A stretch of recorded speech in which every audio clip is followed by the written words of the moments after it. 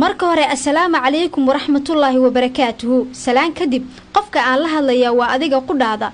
adiga hadda qoraalkan akhrinaya qudhaada ayay kugu socotaa qormadaydan, waana ku muhiim inaad si taxadar leh oo deganaani ku jirto u akhrisid.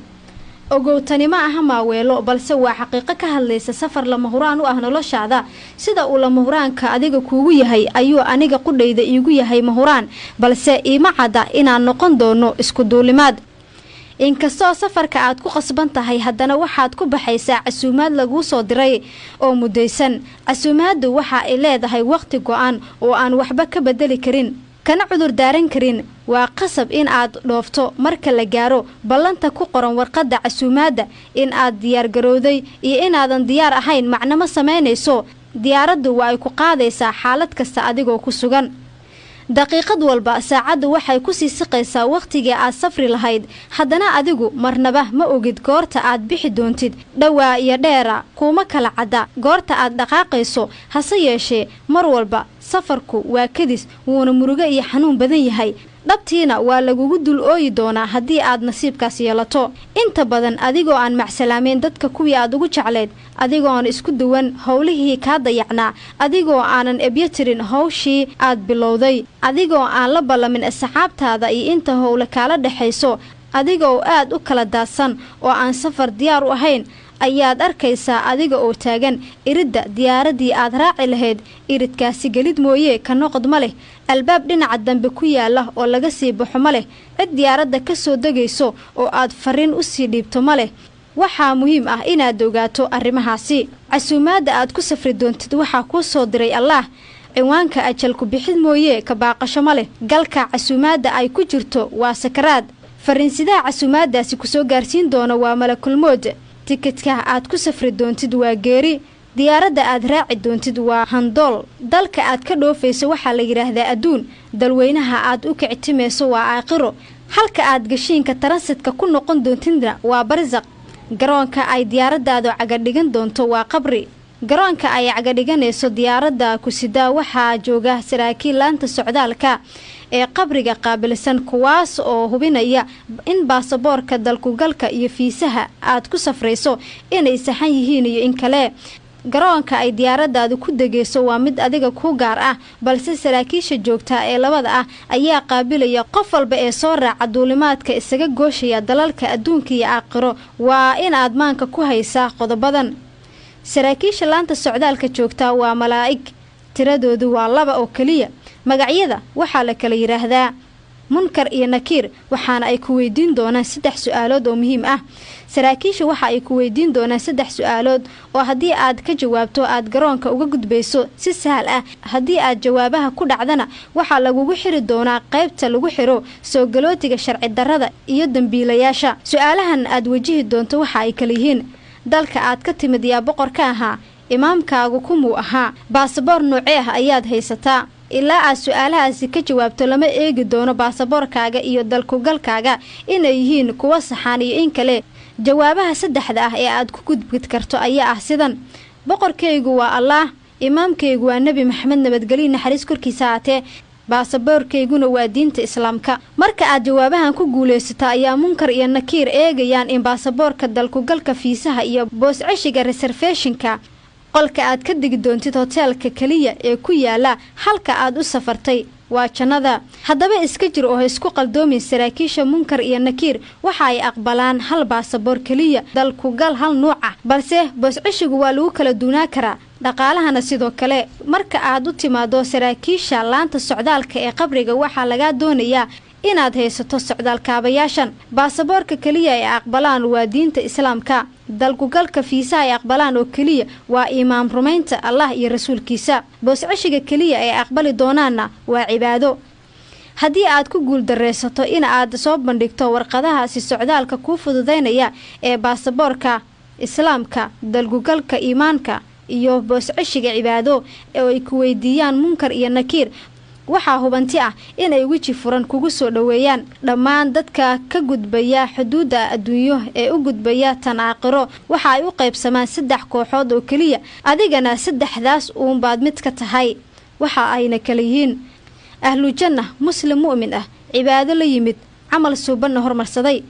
soo galooti sharci darro ah muslim saadiqay cibaado dayacay camalkiisana aan suubanayn ahlu naar qof aan markiisii horeba muslim ahayn ama caabuday waxaana la ahayn muddada gashiinka tarasadka aad ku tahay xayaatul barzaqa wehelka kaliya ee aad haysato waa camalkaaga haddii uu suubanaa camalkaaga wuxuu ku noqon doonaa mid ku weheliya haddiise uu yahay mid aan suubanayn waxaa laga yaabaa inuu ku dhibo inta ay goorigoor tahay waxaad haysataa fursad aad ku xaqiijin karto himilo dhab ah oo aad ku badbaado marka uu safarkaasi degdeg ah ku soo galo inkastoo haddii culimada diinta aad weydiiso safarka noocan ah in ay kuu suurayaan ay durbaba kuugu jawaabi lahaayeen waa safar dheer oo sulmiga iyo haraad badan islamarkaana ku sifeyn lahaayeen in suudiga cadceedda aakhiro ay mar walba ka sulmi iyo haraad badan tahay silac kasta oo adduunka yaallo haddana haddii aad dadaasho ilaah wuu kuu garab siinayaa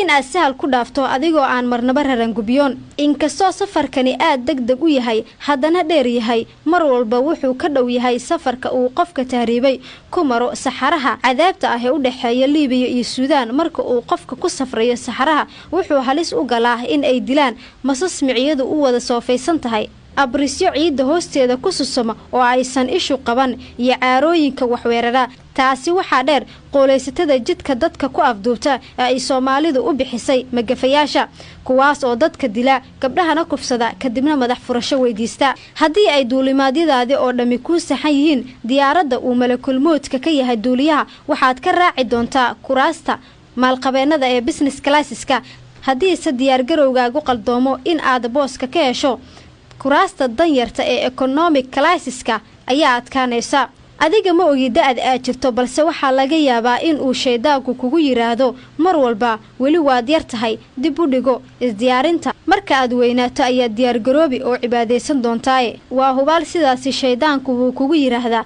naftuna way u riyaaqdaa qof walba ayuu ku yiraahdaa aniga ayuu igu yiraahdaa maalin walba ha isqaldin da'daadiyo qorshahaaguba saameyn kuma laha safarkaasi goorta uu noqonayo da' kastaba jir wuxuu kugu noqon doonaa mid degdeg ah kaa qanciya doodan bal ila eeg tuduucdan ka mid ah xigmo uu dunidan kaga tegay gabyaagii caanka ahaa ee qamaam bulxan allah u naxariistee qamaam wuxuu yidhi waxaad aadamow maagan tahay adiga iyo maankaagu iyo meel ilaahay ku marin kala mid weeyaane waxaad adigu miihaalatiyo malaba waa beene waxaad mooday mood baa sokada kaa soo mariye qamaam wuxuu cabiraya sida dadku ay wax u qorsheystaan iyo qorshayaashooda dhami aysan moodka marnaba ugu soo darsan iyo sida markii ay tii rabbi subxaana wa tacaala u timaado uu qofka isaga dhinto isaga ama iyada oo qorshayaasheedu ka kala daasan yihiin tix kale ayuu qamaam ku yidhi haddii aad inaad taajir tahay tuhunto uurkaaga tadowga xoolaha ninbaad tulud ku sii dheere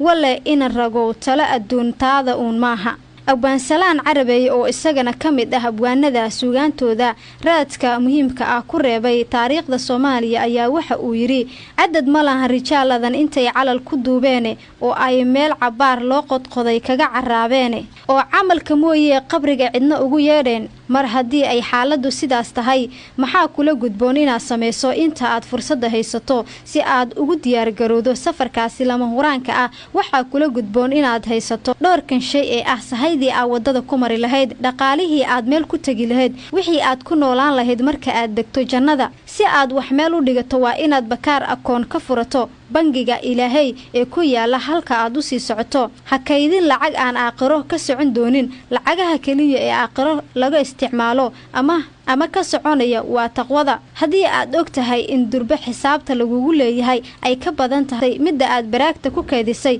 weli fursad ayaad u haysataa inaad ku bixiso xisaabaadka kugu qoran qaansheegatada invoice ama factor ee laga rabo waxaa la ogol yahay oo kaliya inaad iska yaryareyso oo aad maalinba waajibka laga rabo si raaciso sanduuq yar 200 oo istikfaar ah ama tasbiix isugu jira inta aanan gunaanadin qormadeeda yar ee aan adiga ku hibeeyay waxaan doonayaa inaan kula wadaago xigmad kooban oo ku jirta suugaan aan ka soo xiganayo Maxamed Cabdi Aamaguul taasoo ina tusaysa jidka ay tahay in aan marno haddii aanan doonin inaan aakhiro ku noqono soo galooti la geeyo xabsi ama xero qaxooti tixdu waxa ay leedahay sida tan jamacuu quraan iyo markaan jalaca soo eegay saddex buu ku soo jaray jaliil jiinka hadalkiisa jidka hore islaam uun ku joog hana ka jeesjeesan jareeradii adduun aakhirana reer jannaad noqo jid labaadku waa jiimka diid gaalnimona jiido nolol jaban adduun aakhirana guri jaxiimaade ugu dambayntii haddii aan kaa naxiyo iga raali noqo ujeedka waxa uu ahaa baraarujin